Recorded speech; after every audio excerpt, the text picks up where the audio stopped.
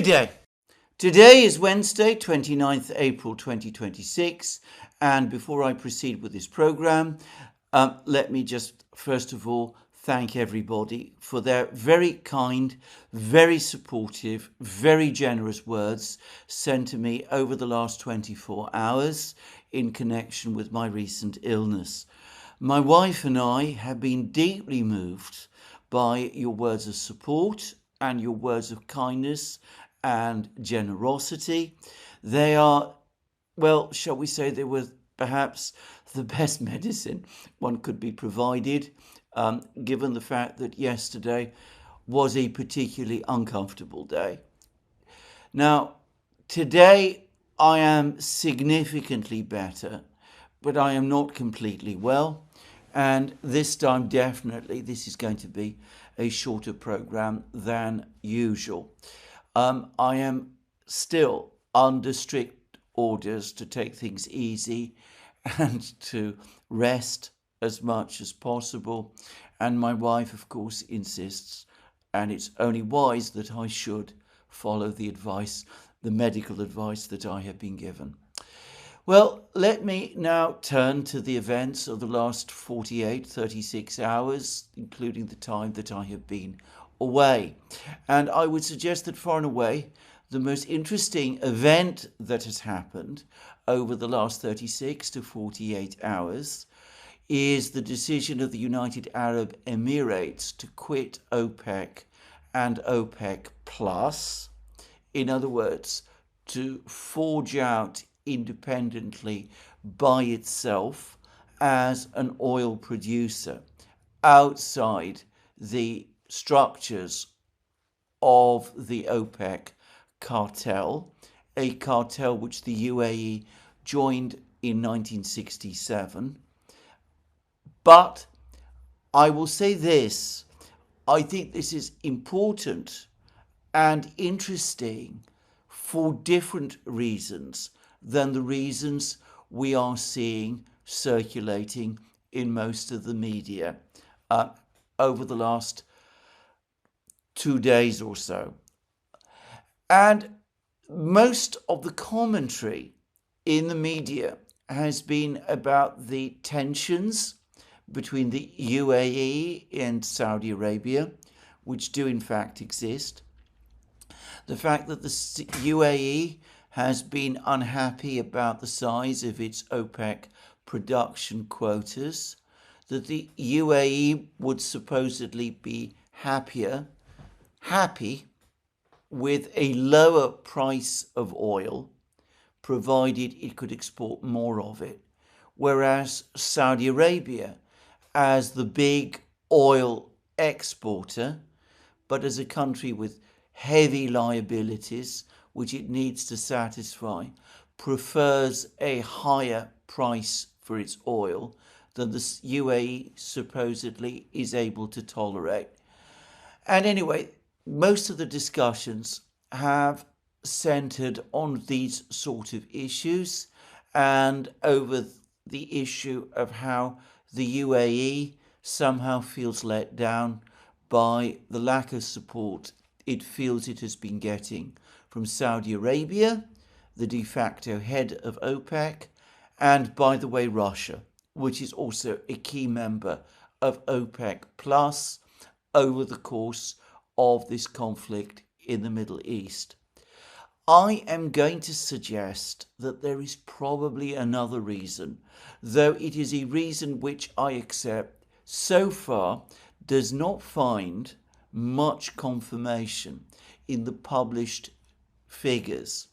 And that is that I think this step taken by the UAE is a sign that with the Strait of Hormuz closed, the UAE is under a great deal more financial pressure than it wants to admit to. And we've had signs of this. Firstly, the UAE refused to roll over a $3.5 billion loan it made to Pakistan. And there was lots of discussions about why this was so. There were some suggestions that the UAE was unhappy about the fact that Pakistan was trying to mediate between Iran and the United States. For the UAE, supposedly, it is all a case of all or nothing, unless Pakistan sides fully with the Arab states, with the UAE and others, in treating Iran straightforwardly as an aggressor. Well, in that case, it's not good enough, and the UAE is unwilling to support and assist a country that, like Pakistan, that takes a middle road. It is with them apparently all or nothing. Either you are for us or you are against us. And that was how the decision not to roll over the loan to Pakistan was explained. The other thing that has happened over the last few days has received minimal attention in the international media.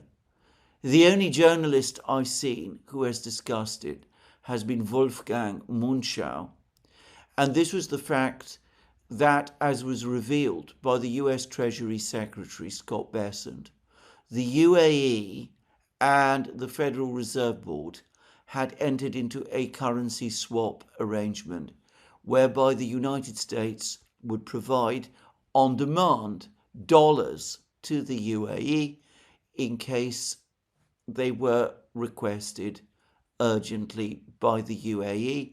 The UAE would send to the United States its own currency, dirhams, in return. And Wolfgang Munchau, the only Western journalist that I know who has discussed this question, was puzzled by the UAE's motives in taking this step. He, like everyone else, believes that the UAE is very rich, that it has very deep financial reserves. He was wondering why the UAE would need to take a step of this kind, and thought that there must be something wrong somewhere, that he couldn't quite decide what it was, and he said that he found this an ominous sign. And now we have this decision by the UAE to pull out of OPEC, which it seems to me suggests that if stability is returned to oil markets, or at least if oil can be freely traded again as a result of some form of reopening of the Strait of Hormuz, the UAE's intention is to sell oil in as great a quantity and at whatever a price it can. Now, I say the last despite assurances that the UAE is making that it will still work to ensure stability in global energy markets.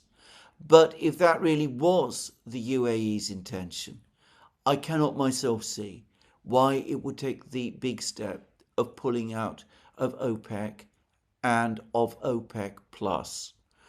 Clearly, the UAE wants to sell oil at whatever price it can and at whatever volume it can manage. And to my mind, the only explanation for this is that at some level, in some way, the UAE's liabilities either exceed its assets or are closer to matching the size of its assets than the UAE authorities want to acknowledge. Now, I want to stress this is very speculative on my part. I have no actual information to confirm this. It is true that over the last year or so, the previously friendly relationship between MBS, the Crown Prince and de facto ruler of Saudi Arabia, and his former friend, the Crown Prince and of Abu Dhabi, who is also the de facto ruler of the UAE, that this relationship is frayed. And it's certainly true that the UAE has taken a much more hostile attitude to Iran over the recent conflict in the Persian Gulf than, say, the Saudis have done. But in a sense, the last is also an indication that the UAE cannot afford a prolonged closure of the Strait of Hormuz and in an interruption in its oil export trade, and that it is this which is making the UAE so hostile and so critical of Iran at this time, so much more hostile and critical of Iran than the other Arab states. And that probably explains, or possibly explains, the currency swap that the UAE worries that it might need dollars at some point over the next few months, which is why it's entered into this arrangement with the Federal Reserve.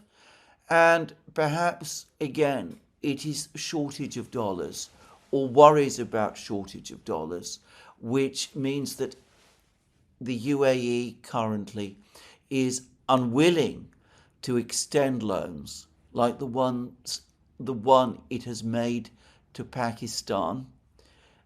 What happened in the case of Pakistan is that it was bailed out by the other Arab states, first and foremost Saudi Arabia, which of course means that the UAE has now been repaid $3.5 billion, suggesting to me that it needs the cash. Now, to repeat again, this is speculation on my part, but I would suggest that this is far and away the most logical explanation of what is going on. Now, if this is correct, this has serious implications. And again, I want to stress if this is correct, because the UAE is today not just the Arab world's financial center. It has become a global financial center as well.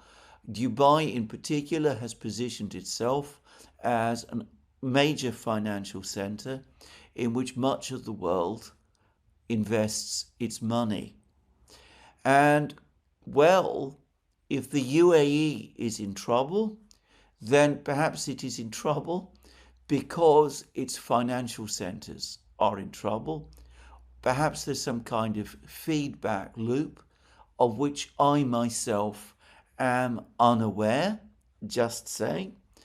And if that in turn is true, then if a major financial center is in trouble, that is going to have a wider impact on the situation in the global financial markets and potentially in the global economy.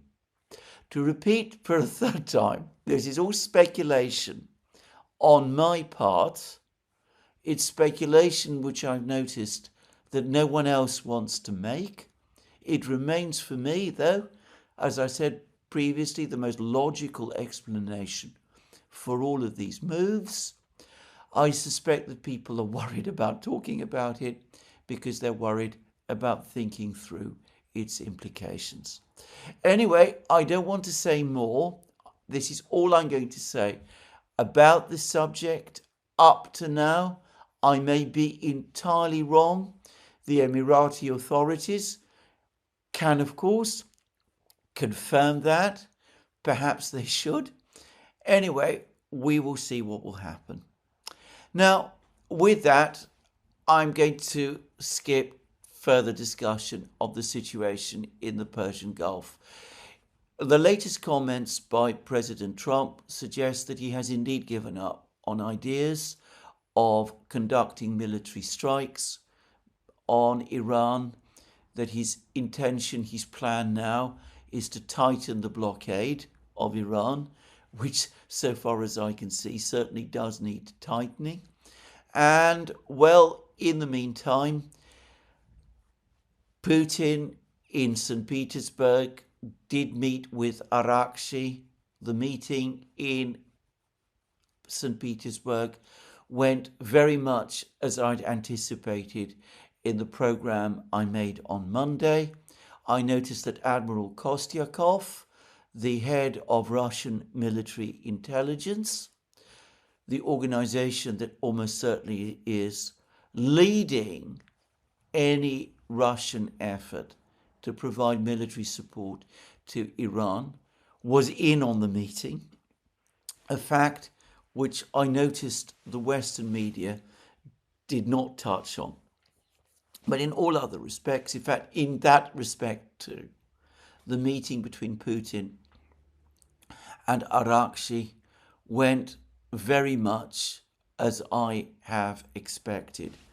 Meanwhile, the markets seem to be finally acknowledging that this is going to be a long drawn out conflict, and I noticed that the oil price continues to rise. Well, all of that is very interesting, but perhaps even more interesting and even more pressing are the developments that are taking place in the other war, the war that is playing out in Ukraine, which, though perhaps not quite as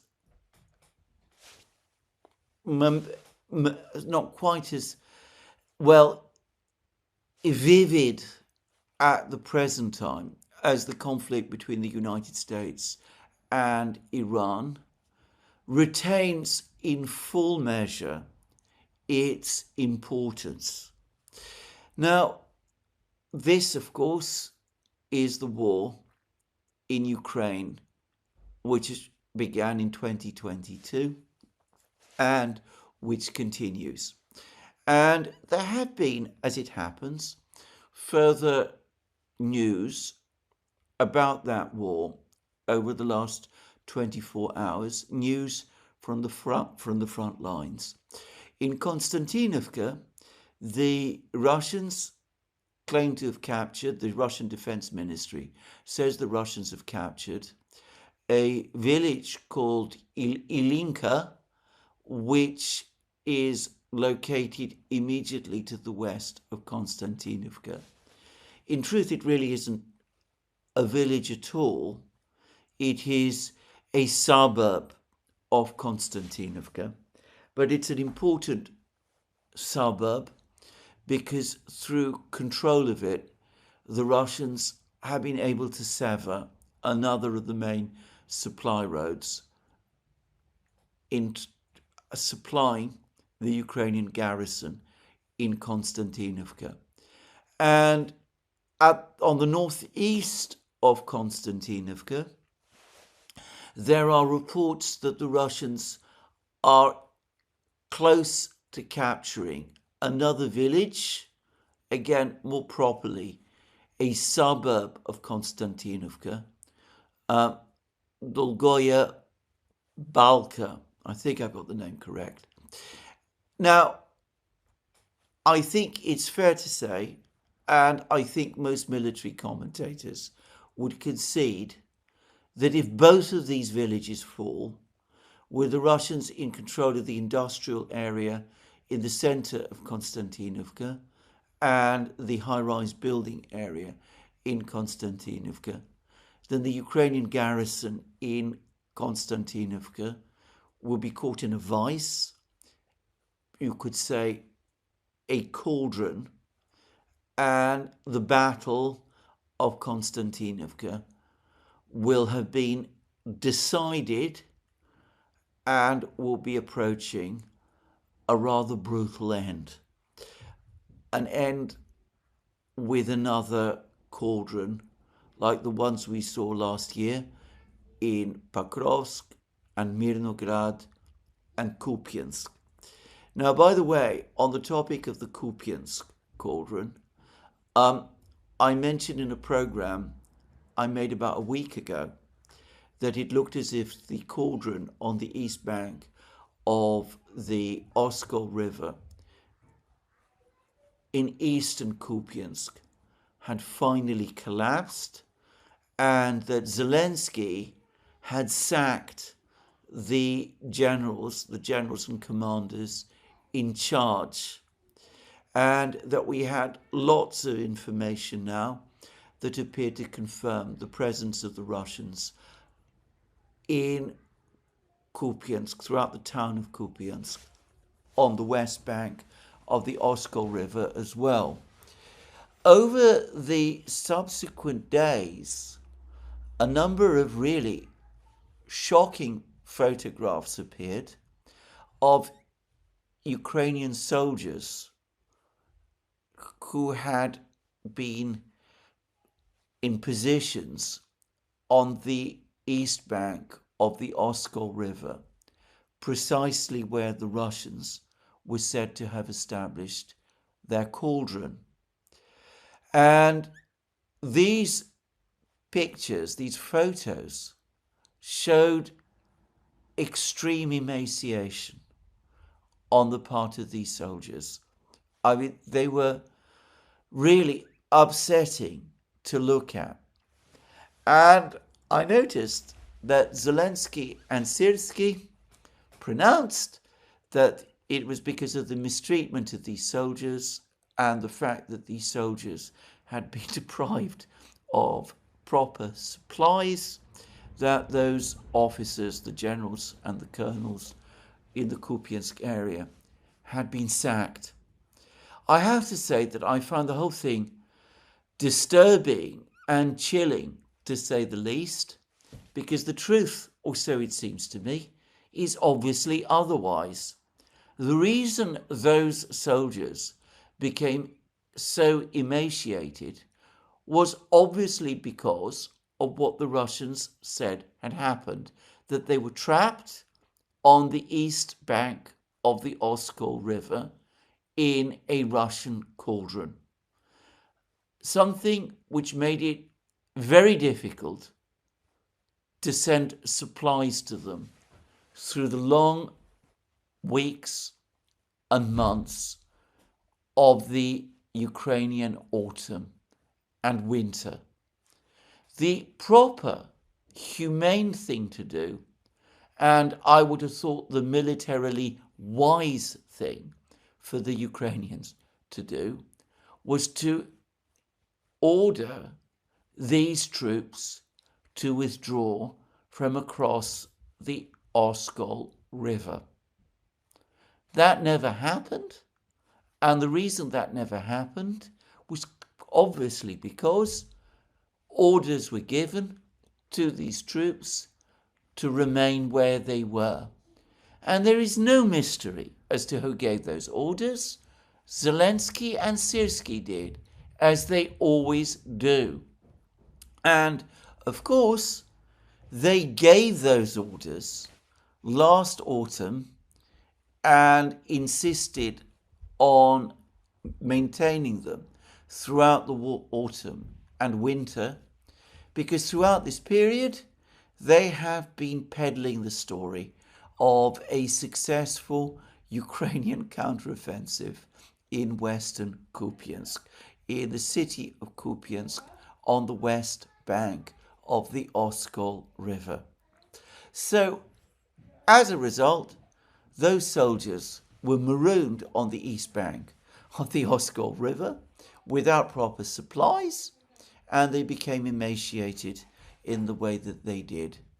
When everything fell apart this spring and the troops had to be withdrawn from the east bank of the Oskol River, or more precisely, when the cauldron finally collapsed and it became impossible any longer to deny Russian control of western Kupiansk on the west bank of the Oskol River, well, we sack the generals and commanders and blame them for the emaciated condition of the soldiers, which Zelensky's and Syrskyi's orders had brought about.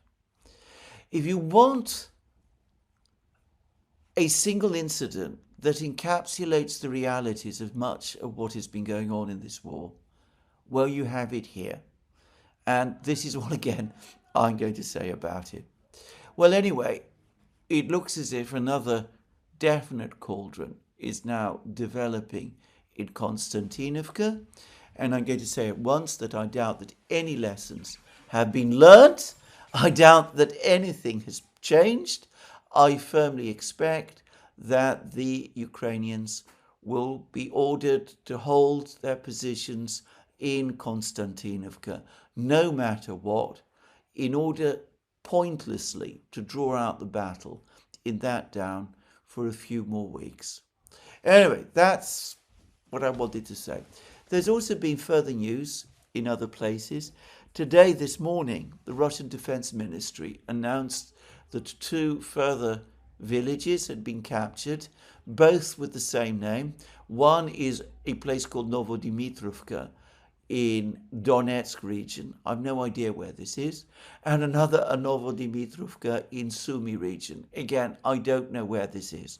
I have lost track with some of the movements on the battlefields because I fell ill on Monday, as you all know, and was ill yesterday, and I have not fully caught up on recent events. But let me reiterate again the point I have made, which is that despite denials, there is an ongoing Russian offensive in Donbass and across the contact line. Anybody who pays close attention to what is taking place can see it. It is progressing, in my opinion, faster than the Russian offensive progressed at this stage of the war at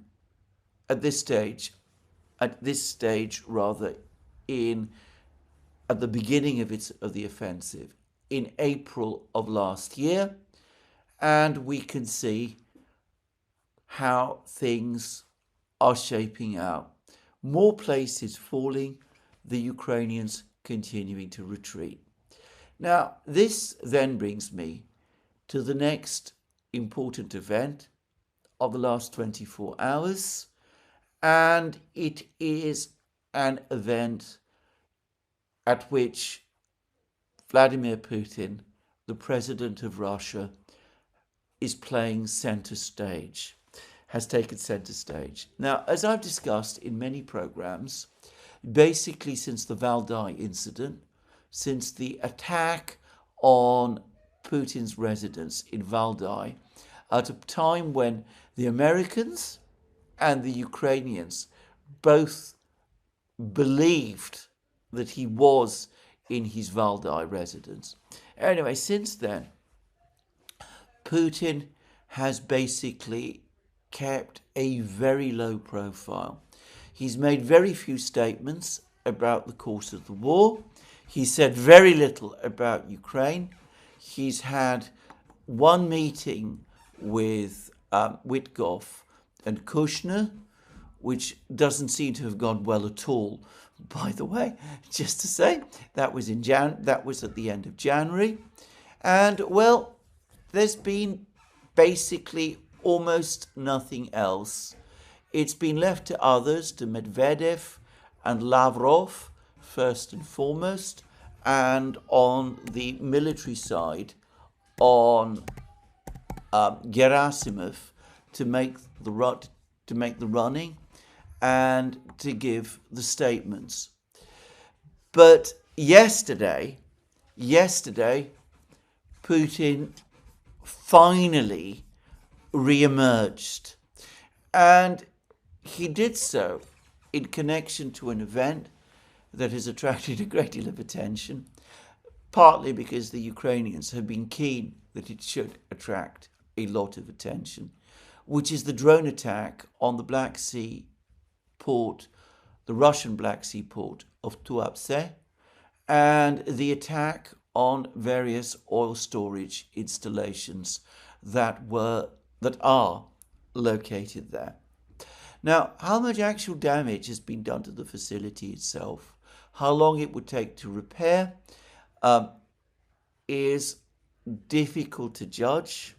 satellite photos have been produced, which some say suggest extensive damage, but then I cannot check satellite photos. My vision issues make that impossible. I've read reports in the Financial Times that published satellite photos nowadays are often affected by AI produced distortion. Now, this is in relation to satellite photos made of targets that have been damaged in the Middle East, but I don't see why the same should not be true of targets damaged over the course of this conflict in Ukraine. So, if true, and as I said, we have the Financial Times telling us this, then that is a good reason to put a question mark over satellite photos in general, and to perhaps place a little less reliance upon them.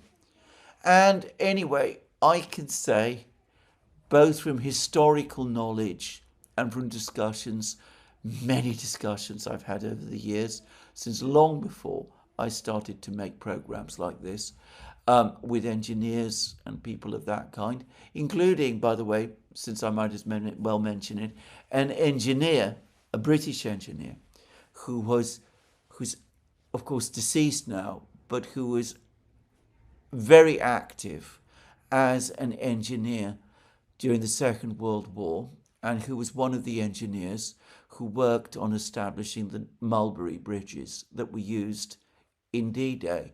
Anyway, on the basis of the information that all of these people have given me and my own historical reading and experience, I can say confidently that refineries and oil installations can be repaired very quickly, and that is true generally of industrial facilities as well.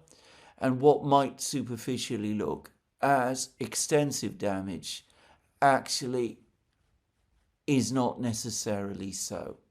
But I'm not going to dwell on this, because over the last 24 hours, the Russians have decided to make a very big issue of the attack on the installations in Tuapse. Mostly, they avoid discussing Ukrainian attacks on drone attacks on facilities in Russia, but this time they have decided to take a different approach. And there's been, we're told by the Kremlin, a report provided to Putin about the attack on Tuapse and the damage that was done. And there's also been comments from Peskov, Putin's spokesman, about the damage, the attacks on Tuapse. Peskov makes the obvious and entirely true point that the attack appears to be intended to interfere with Russia's oil exports, which at a time when there is a global energy shortage can only make the situation in the energy markets, the global energy markets, even worse. For the record, just before I made this program, the price of oil was currently trading at $15 a barrel, and that's of course the market price. It's probably, in terms of the actual wholesale price of oil currently traded, much higher than that. But anyway, Peskov made this point.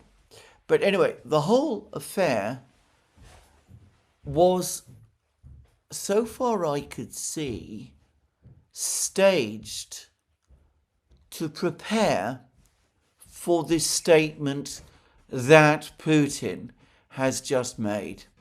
And it is a statement that he made when he had a discussion with various officials in the Kremlin.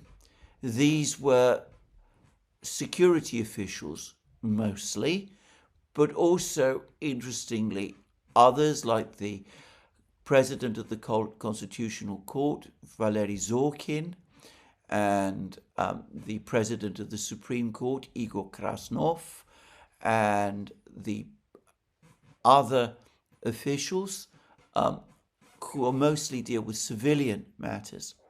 Anyway, at this meeting in the Kremlin, Putin discussed election security questions. Now, here it is important to say that in the autumn there are going to be parliamentary elections in Russia. Elections to vote in a new Duma, a new parliament.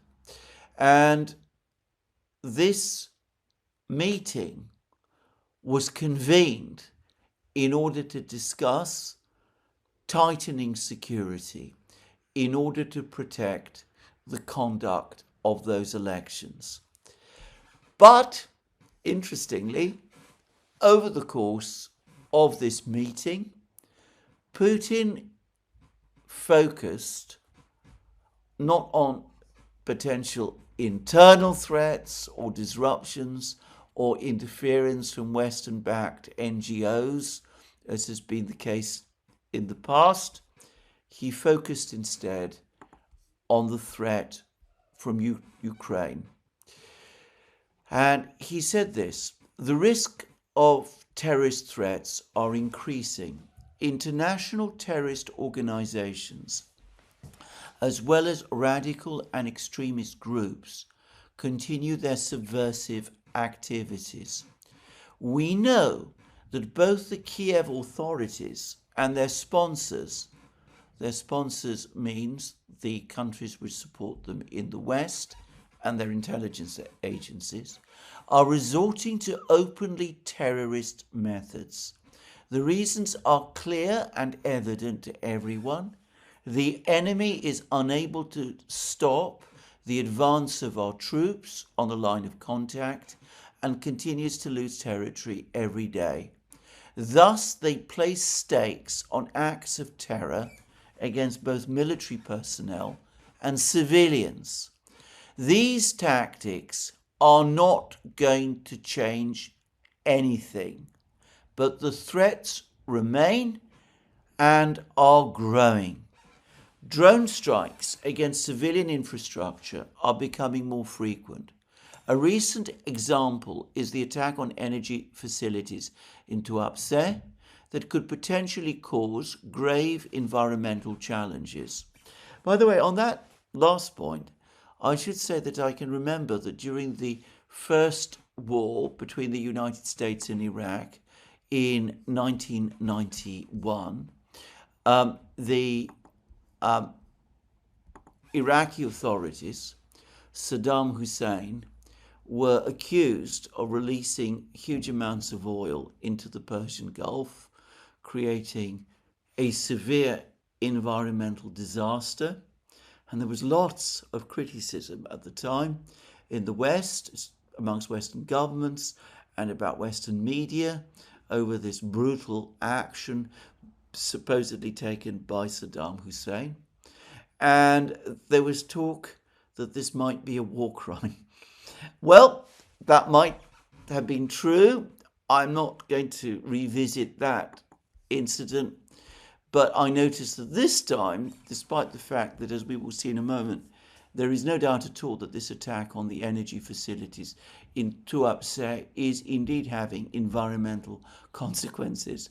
Anyway, I've not seen any criticism in the West of this attack on those grounds whatsoever. Indeed, somewhat surprisingly, the Western media in general has avoided saying too much or very much about the attack on Tuapse. Anyway, Putin continues. The governor has just reported He is there on the ground, or was there a couple of hours ago, adding that there don't seem to be major threats and the people are coping with the challenges they are facing. Security and counter-terrorism measures are particularly critical in light of the upcoming election campaign. In September, Russian citizens will elect deputies of the State Duma of the 9th Convocation, and large-scale regional and local elections will be held. Our priority is to ensure the safety and security of all participants, including candidates, election commission members, observers, and the tens of millions of citizens who will cast their votes. This is especially relevant for the Donetsk People's Republic, the Lugansk People's Republic, as well as Zaporozhye and Kherson regions, where residents are expected to vote in federal elections for the first time. Those who deny Donbass and Novorossiya their historical right to be part of their homeland, of Russia, will attempt to hinder them like they did before. Let me remind you that in Ukraine, elections are not held under the pretext of martial law, and now they're trying to hinder us too. However, strong and determined people, strong-willed people, dare I say, live in these regions, and they will not be intimidated. This has happened more than once, and so it will be now. The state must do everything necessary to ensure the free expression of will for all citizens across the Russian Federation. So this is what Putin said, and you can see that he is making great play of the issue of Tuapse, the attacks on Tuapse, to hammer home his point that this is a government in Kiev that shows no hesitation in resorting to terrorism, that the attacks on civilians and civilian infrastructure in Russia are terrorism, that it is the duty of the Russian state to provide protection, that the objective of the Ukrainians, first and foremost, is to disrupt the coming elections, that the Ukrainians are getting backing from their Western sponsors in prosecuting this terrorist campaign, and that the people in Russia need to be prepared for this. Now, in relation to the events in Tuapse, one thing that is certain about this attack is that whatever long-term damage was done to the facilities, it did cause a huge fire with enormous amounts of soot and smoke issuing from the facility and covering the port and the city and its environs. And it does appear as if the Russian authorities had to conduct large-scale evacuations of people, which of course is essential in these kind of environmental conditions. And that of course takes us back to Putin's point about this attack having environmental consequences, which is true. But, well, you could say that an attack of this kind, precisely because of the smoke and soot and the scale of the fire, made it impossible ultimately for the Russian authorities to ignore. Attacks on other facilities, which are pinpricks, can be treated as regional news to be dealt with by the local authorities, which has generally been the case up to now. As I've said many times, they are basically pinpricks rather than events that inflict real damage on the Russian economy. But this attack on a Black Sea port, at a time close to the holiday season is one which, because of the scale of the fire and the smoky clouds and all of that, simply could not be ignored. I will here express my opinion that this was well understood by the Ukrainians and is probably the reason not just as to why they attacked Tuapse, but why they attacked Tuapse in the way that they did. Now, having said all of that, here we see Putin directly accusing Zelensky and his officials of involvement in terrorism, state terrorism. Now, this is not the first time that Putin has done this. He did this previously in connection with the Crocus Hall attack, and in connection with which, by the way, the perpetrators have now been tried and convicted and jailed, with reports from the Russian judicial and law enforcement authorities that they were indeed acting on instructions and on behalf of Ukraine. Anyway, Putin did that on that previous occasion, and he's done it on other occasions too. He did this, as I remember, at the time of the Ukrainian invasion of Kursk. He spoke then about the terroristic nature of certain of the things that the Ukrainians were doing then. And on both previous occasions, I did wonder whether Putin might be thinking of upgrading the seriousness, upgrading the current special military operation, possibly into an anti-terrorist operation, which would, of course, increase the gravity of the crisis. It would upgrade it significantly and would open the way for the Russians to do certain things which up to now they have generally avoided doing, like making attacks on the key decision-making centers, such as, for example, targeting Zelensky and Syrskyi and people like that themselves. Well, Putin didn't do it on those occasions. I believe that he was put under significant internal pressure to do it. I would not be surprised if he is coming under similar pressure again. Whether he will do so this time or not remains to be seen.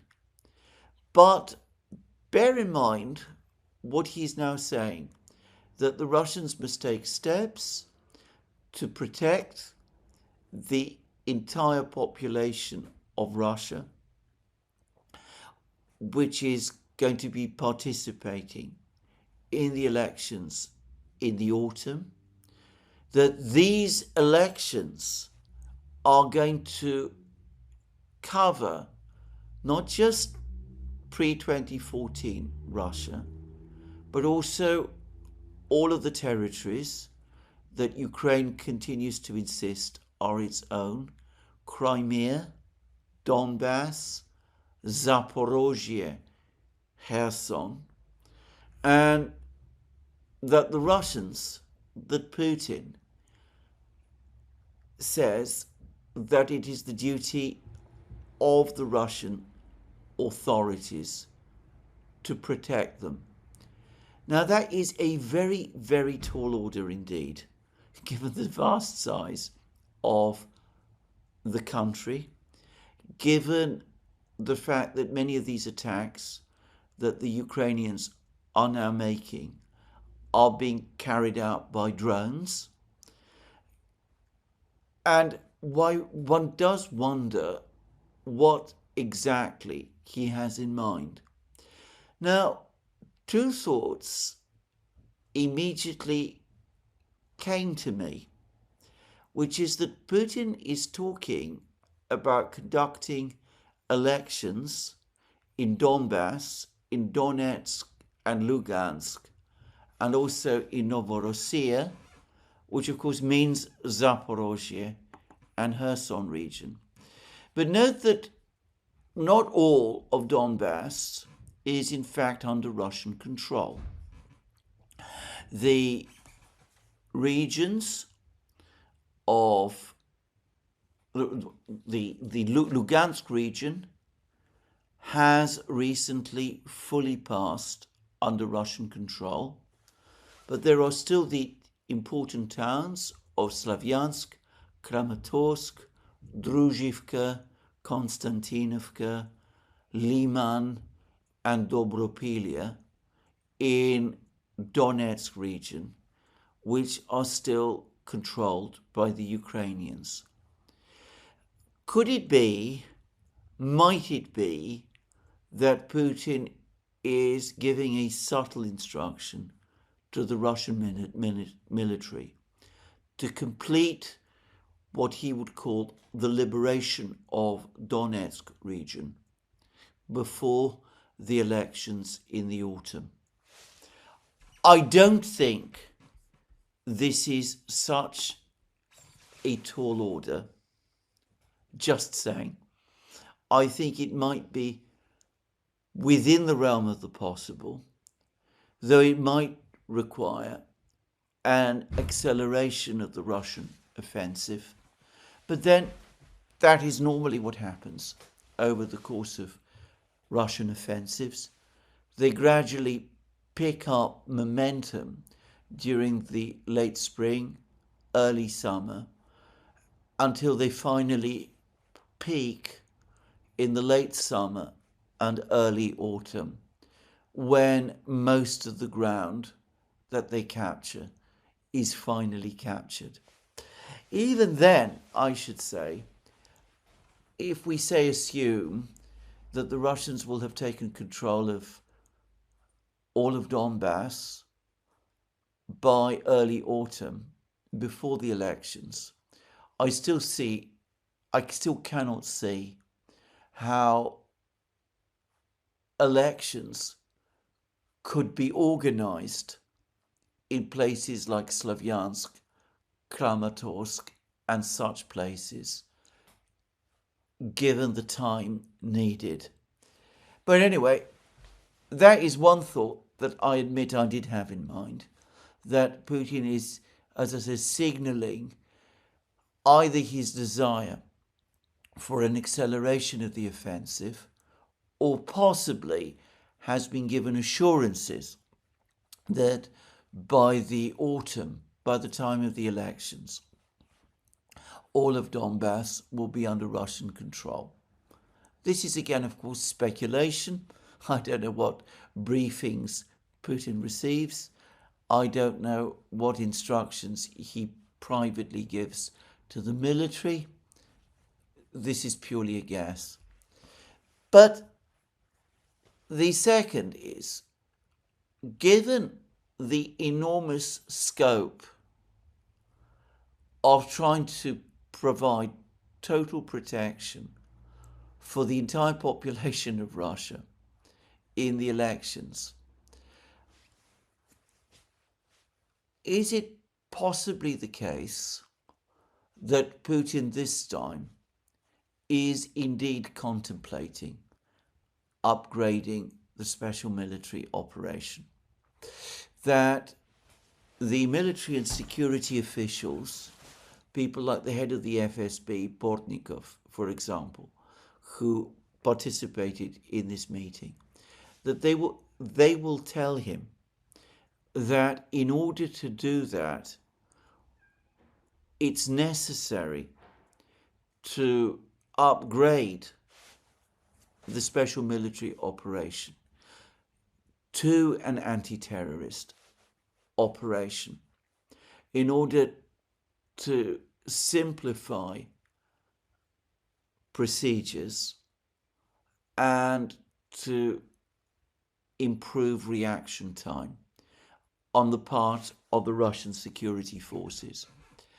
And could that be the reason why all these judicial officials, Zorkin, the head of the Constitutional Court, Krasnov, the head of the Supreme Court, Gutsan, the Prosecutor General, could that be the reason why they were all attending? Were they there perhaps to provide legal advice? Another person who was also present was Bastrykin, who is the head of the investigative committee, who, though a law enforcement officer, has a legal background, having historically previously worked within the Procurator General's office. Could it be, as I said, that the reason all of these people were present is because the legal details of upgrading the special military operation to an anti-terrorist operation had to be discussed with all of them? Putin, as I never tire of pointing out, is a trained lawyer. He, by the way, has pointed this out himself. Moreover, he is not just a trained lawyer, but judging from the careful way in which he works, he's also a lawyer who has unquestionably, at some point in his career, been in legal practice. I am not sure when, I am not sure how. It is not there in any of his official biographies. My own guess is that he might have acquired this experience whilst he was still officially a member of the KGB. My guess is that he acted as a legal officer for the KGB, and that was his actual work in that organization. But again, I don't pretend that I really know. But anyway, Putin is always meticulous about these matters, even when he takes steps which appear to stretch the law to breaking point. He's always careful to give himself some degree of legal justification, and also to ensure that the forms are observed. And I do wonder whether he isn't now soliciting advice about this. A lot advice from the Kremlin's own legal experts, but whether he's also seeking broader advice by calling in the leaders of the judiciary, the prosecutor's office, the procurator's office, and, of course, Bastrykin, the head of the investigative committee. Anyway, I myself also believe that this meeting has to be taken into context, read in the context of all of these other very interesting recent statements that have been made by Russian officials like Medvedev and Lavrov and others, all suggesting that the Russians have hardened their stance significantly towards Ukraine over the last few weeks, specifically that they are no longer supportive of the idea of Ukraine joining the EU, though I would not be surprised if eventually further demands follow. Anyway, we shall see. We shall see what Putin does. Putin has often appeared to take us to the brink of implying that he's prepared to take some major step in connection with the Ukrainian conflict. As I said, I've twice before thought that he might be preparing to upgrade the special military operation. And, well, he didn't do it. But this time, I think we might be closer to that point. Certainly his words suggest this. And again, to repeat, all of this has happened in the context of all of the various comments and statements from other Russian officials, which we have heard. In the meantime, the West remains totally blind and deaf to the whole situation. There's been a dwindling of commentary in the Western media about Ukraine. Most of the commentary in the West is now, to the extent that it focuses on the situation in foreign affairs, it's been focusing, unsurprisingly, on the situation in the Middle East. Chancellor Merz of Germany has made an extraordinary statement saying that the United States has been humiliated by Iran.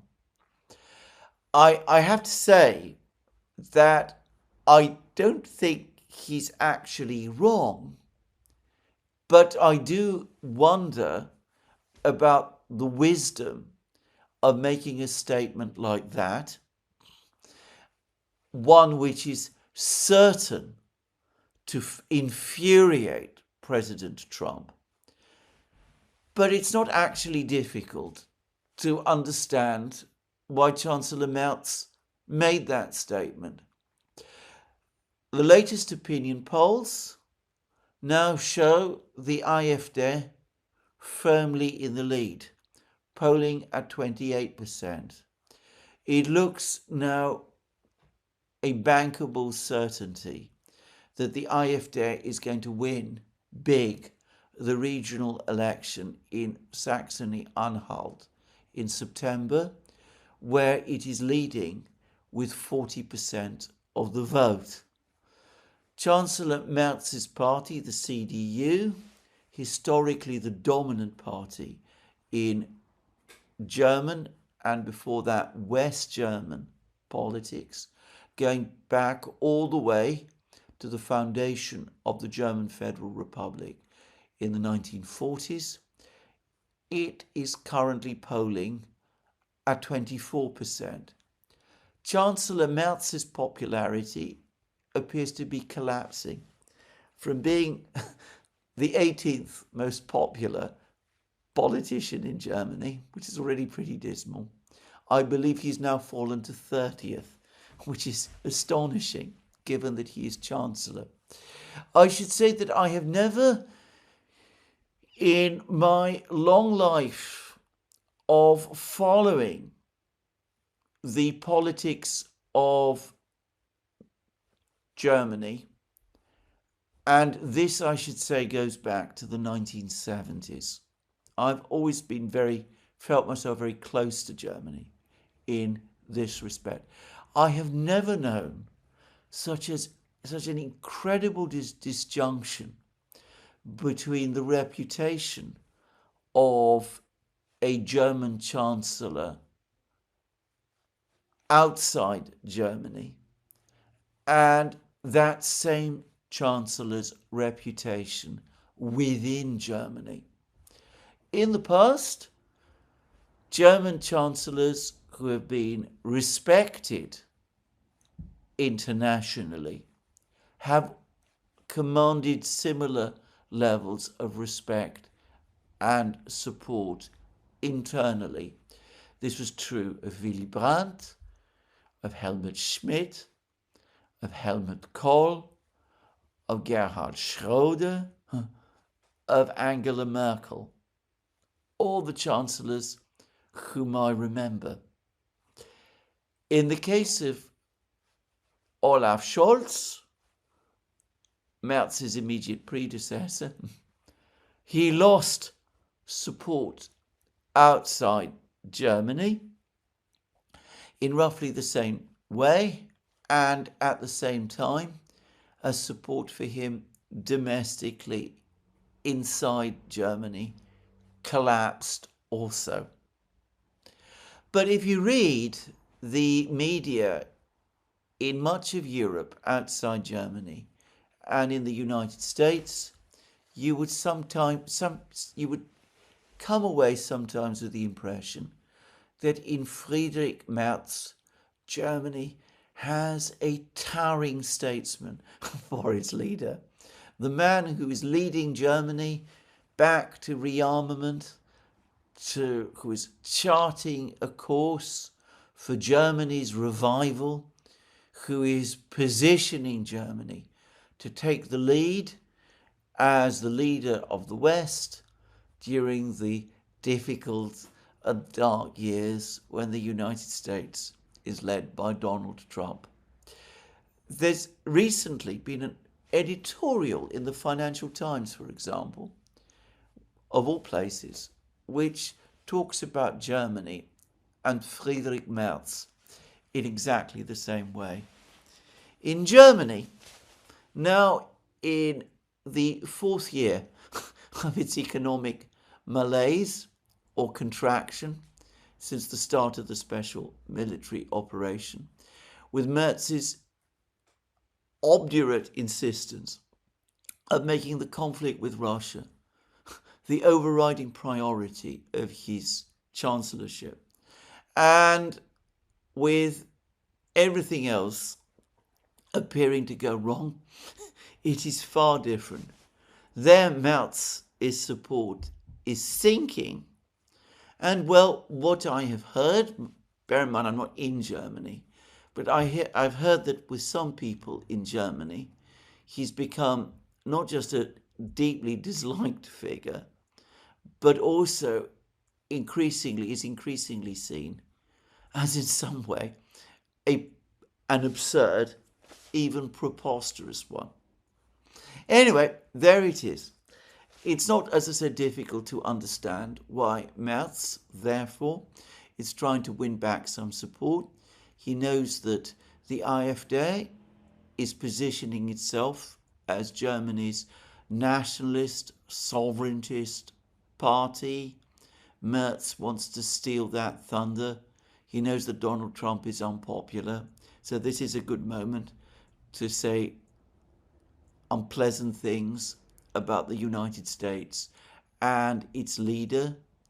He is, without any conviction, floating possibilities of Ukraine trading territory for peace.